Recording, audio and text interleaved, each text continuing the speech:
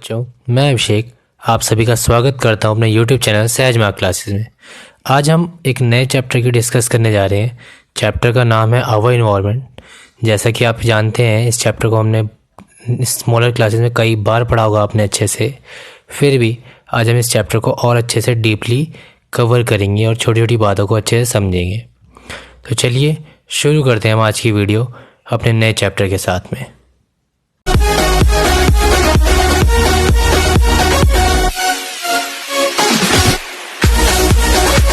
हमारा first topic है our environment.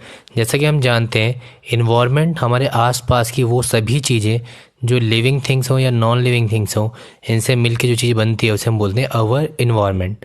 हमारे सराउंडिंग में जो भी चीज़ होती हैं जैसे कि पहाड़, नदियाँ, पेड़, हवा, ये सभी इन्वायरमेंट को बनाने में हेल्प करता है।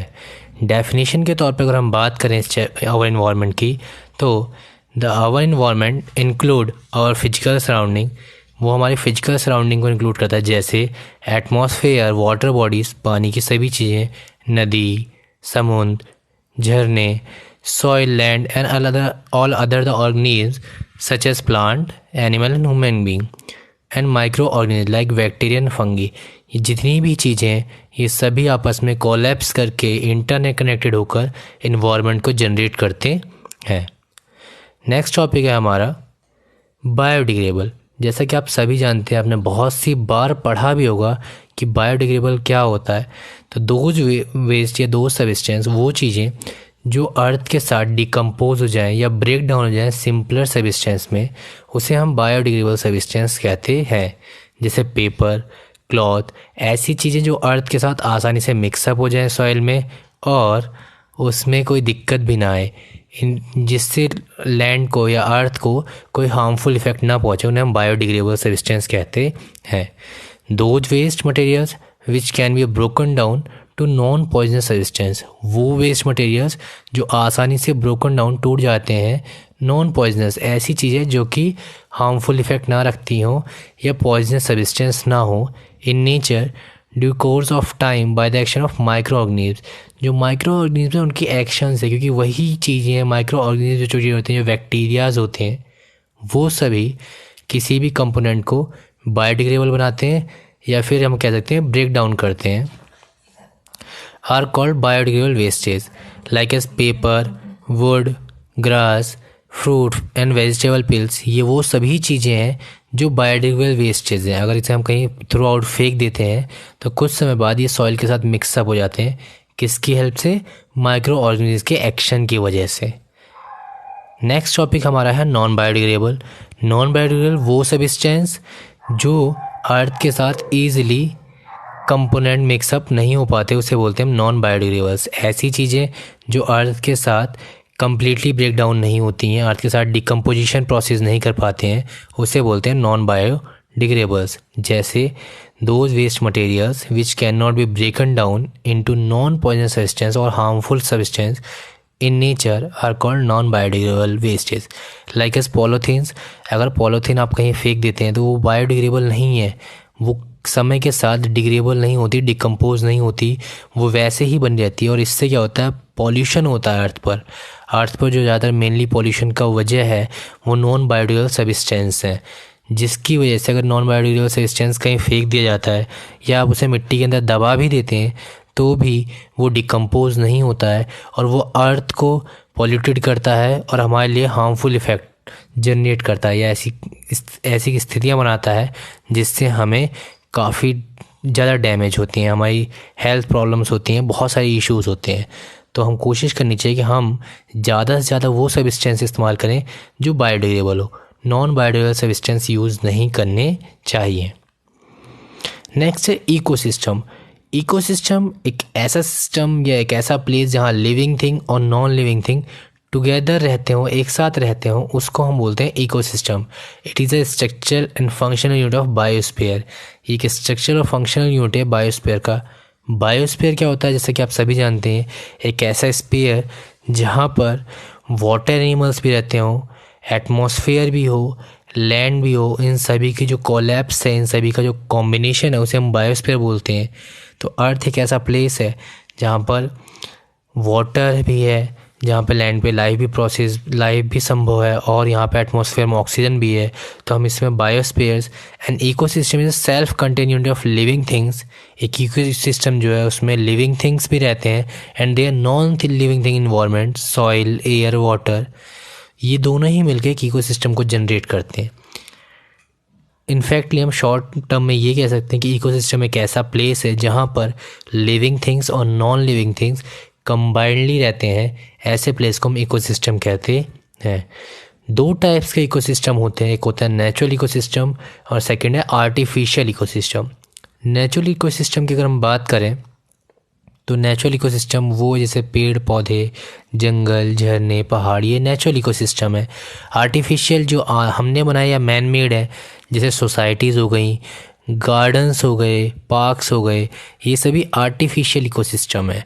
मॉल्स हो गए, तो ये हमने मैन मेड ने जनरेट किए हैं, इसलिए हम आर्टिफिशियल इकोसिस्टम बोलते हैं। नेक्स्ट टॉपिक हमारा है कंपोनेंट ऑफ इकोसिस्टम।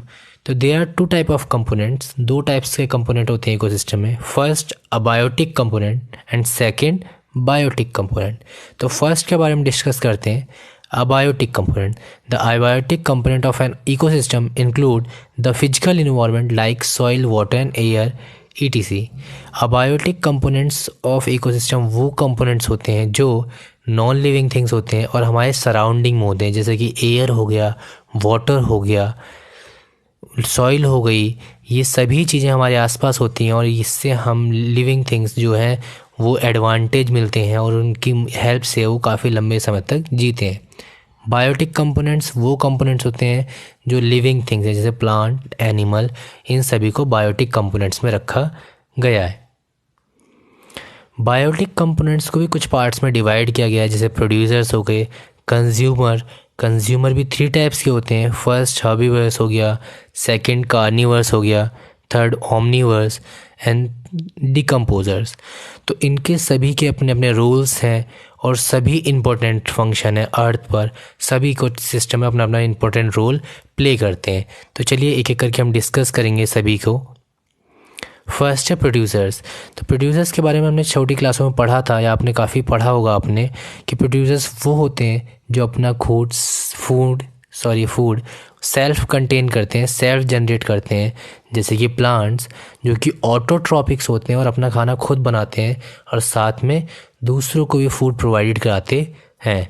तो producers are the organism which can prepare their own food for simple inorganic substance like carbon dioxide, water by using sunlight energy in the presence of chlorophyll. Producers वो होते हैं जो अपना खाना स्वयं बनाते हैं कार्बन डाई और वाटर और फोटोसिंथेसिस प्रोसेस की मदद से। इन सभी को हम प्रोड्यूसर्स कहते हैं और प्रोड्यूसर्स की कैटेगरी में हम प्लांट्स को रखते हैं। सेकंड टॉपिक है कंज्यूमर। कंज्यूमर वो होते हैं जो अपने फूड के लिए दूसरों पर डिपेंडेंट होते हैं, चाहे वो एनिमल्स हों और चाहे वो ह्यूमन हो, दोनों ही कंज्यूमर होते हैं, क्योंकि हम दोनों को ही, एनिमल्स और ह्यूमन दोनों को ही अपना फूड प्लांट से ही मिलता है या प्राप्त होता है। हम दोनों ही प्लांट्स के ऊपर डिपेंडेंट हैं डायरेक्टली और इनडायरेक्टली वे, पर कंज्यूमर्स जो हैं वो डिपेंडेंट है प्रोड्यूसर्स के ऊपर। अगर प्रोड्यूसर्स खाना को प्रोवाइड नहीं कराएंगे तो कंज्यूमर्स को फूड नहीं मिलेगा। कंज्यूमर्स को टाइप्स में डिवाइड किया है। पहला हर्बीवर्स। तो आपको पता है हर्बीवर्स वो एनिमल्स होते हैं जो ओनली ग्रास या वेजिटेरियन होते हैं, जो केवल ग्रास को खाते हैं या वेजिटेबल्स का यूज़ करते हैं, उन्हें हम हर्बीवर्स कहते हैं, जैसे काऊ, got, horse, dears.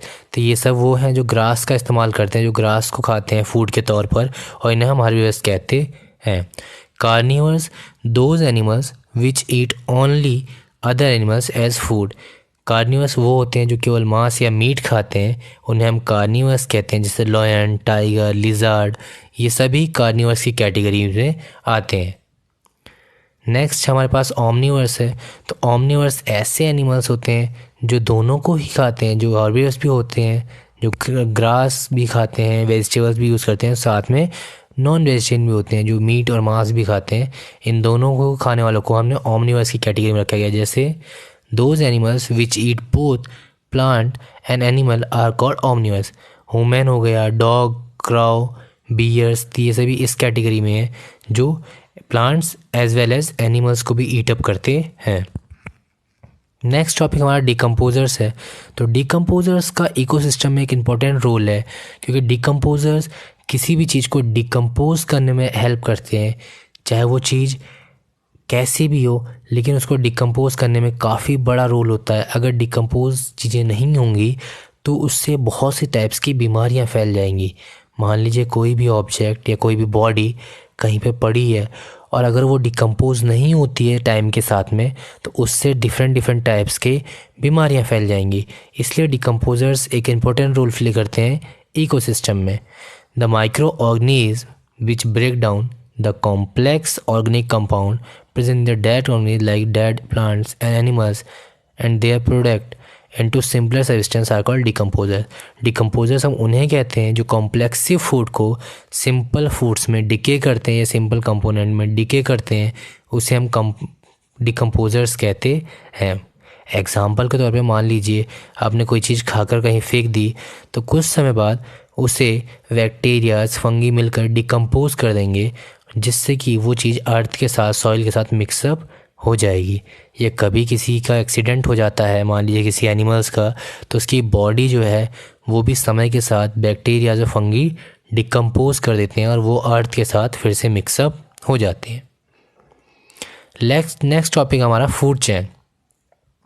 Food chain को आप इस तरह समझ सकते हैं कि जो फूड है उसकी एक चैन है और वो प्रॉपर चलती रहती है। एक जगह से फूड दूसरी तरफ ट्रांसफ़र होता है, दूसरी बॉडी से थर्ड बॉडी तक ट्रांसफ़र होता है, और इस बॉडी ट्रांजेक्शन को जो फूड ट्रांसफ़र होता है इसे हम फूड चेन कहते हैं।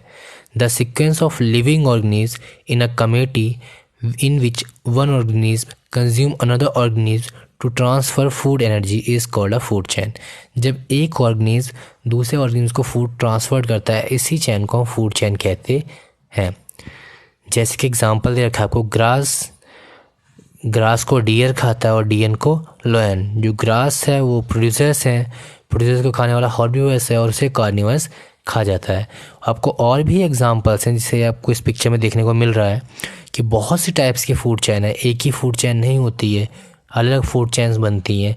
जो ही नहीं है कि जो प्लांट्स हैं, जो ग्रास है उसे डियर ही खाएगा, हो सकता है उसे ग्रास हॉपर खा ले, या हो सकता है और भी जो डिफरेंट टाइप्स के एनिमल्स हैं उन्हें उनमें से कोई चीज़ खा ली। फिर उन्हें जैसे आपको सेकंड देखा, फ्लावर को फ्लाइज खा जाते हैं, मक्खियाँ उन्हें फ्रॉक खाता है, फ्रॉक को स्नैक को ईगल। तो ये भी एक टाइप की फूड चैन है। ये थर्ड है कि फ्लावर को स्मॉल फिशेस खाती हैं, स्मॉल को लार्ज फिश खाती है, लार्ज फिश को बर्ड्स खा जाती हैं। This is also a food chain.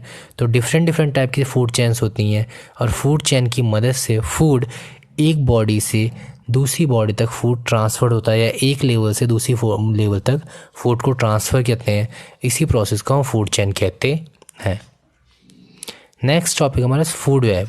Food web, the interconnected food chain operating in an ecosystem which establish a network of relationship between various species is called a food web।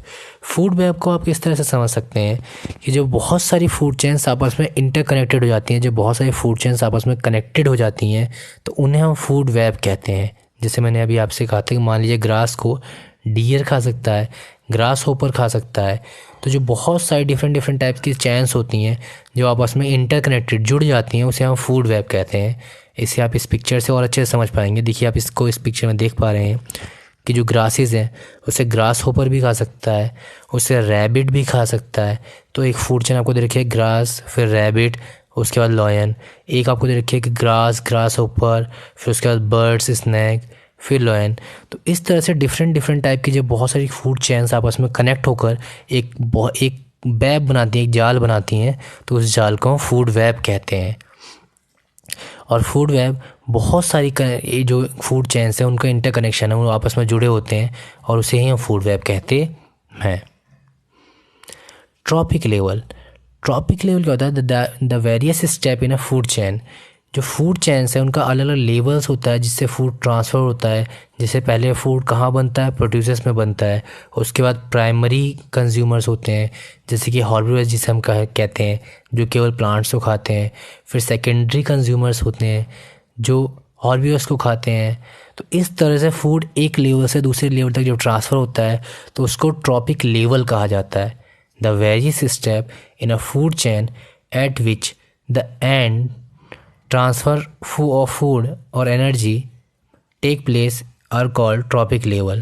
In most simple terms, trophic level means feeding level of organisms. जैसे कि हम समझ सकते हैं trophic level क्या कहा जाता है, फीडिंग लेवल या फूड ट्रांसफिकेशन लेवल भी कहा जा सकता है। आपको इस टॉपिक में दिखाई दे रहा होगा कि जो फूड बनता है वो प्रोड्यूसर्स के टाइम पे बनता है, फिर फूड को ट्रांसफ़र करते हैं प्राइमरी कंज्यूमर में जो कि हॉर्बिवर्स होते हैं, जो केवल प्लांट्स को खाते हैं, फिर सेकंड कंज्यूमर में फूड को ट्रांसफ़र किया जाता है जिसे हम कह सकते हैं कि जो हॉर्बिवर्स या फिर प्राइमरी कंज्यूमर्स को खाकर यूज़ करते हैं, और थर्ड जो टर्टियरी कंज्यूमर है वो टॉप मोस्ट लेवल है और ये सेकंड लेवल को खाता है। जैसे कि एग्जांपल के तौर पर मान लीजिए कोई ग्रास है, उसे डियर ने खाया है तो डियर को फॉक्स या वुल्फ ने खा लिया और उसे लॉयन या टाइगर ने। तो इसी तरह से अलग अलग ट्रॉपिक लेवल होते हैं और ट्रॉपिक लेवल 4 टाइप्स के होते हैं, प्राइमरी, उससे पहले प्रोड्यूसर्स, फिर प्राइमरी, फिर सेकेंडरी और फिर टर्टियरी। 4 टाइपों में ही ट्रॉपिक लेवल को डिवाइड किया गया है और इसी तरह से फूड जो है ट्रांसफ़र होता है एक लेवल से दूसरे लेवल तक, और इस फूड ट्रांसफिकेशन लेवल को हम ट्रॉपिक लेवल के नाम से जानते हैं। तो आज का वीडियो बच्चों इतना ही रहेगा, बाकी हम आपसे नेक्स्ट वीडियो में मिलेंगे। अगर आपको वीडियो को पसंद आया हो तो लाइक करें, वीडियो को सब्सक्राइब करें और कमेंट करना बिल्कुल ना भूलें। और अगर आपको कोई नए चैप्टर की वीडियो चाहिए हो तो वो भी हमें कमेंट बॉक्स में ज़रूर बताएं। Thank you. जय हिंद।